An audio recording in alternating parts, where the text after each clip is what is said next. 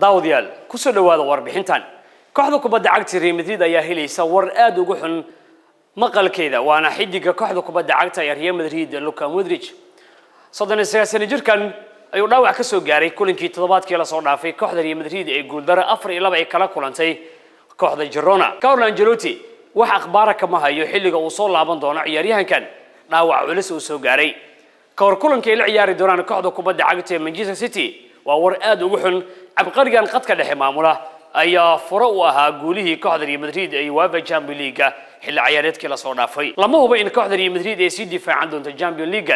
waxay wajihi doontaa mid kamid ah culaysyada ugu adkaa intii tartanka UEFA Champions League ay ciyaarayeen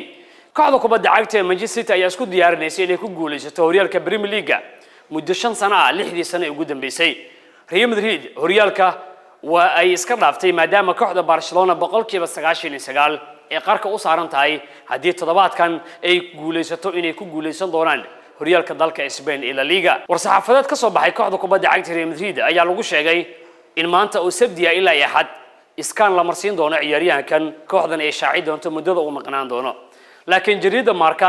oo aad ugu dhow kooxda Real Madrid ayaa sheegaysa in ciyaaryahankan 3 toddobaad uu garoomada ka maqnaan doono bishan May ayaa laga yaabaa in ciyaaryahankan uu soo laabto laakiin xitaa waxa shakil gelinaya in labada lug ee home iyo away Etihad iyo Santiago Bernabeu inaanu la heli doonin adeega ciyaaryahankan Luka Modric lagu magacaabo balse Carlo Ancelotti ayaa haysta xulasho kale maadaama xidigaha qadka dhexe ee Valverde Camavinga iyo sidoo kale Tchouaméni ay noqon karaan daqyada kale ee bedeli doona ciyaaryahankan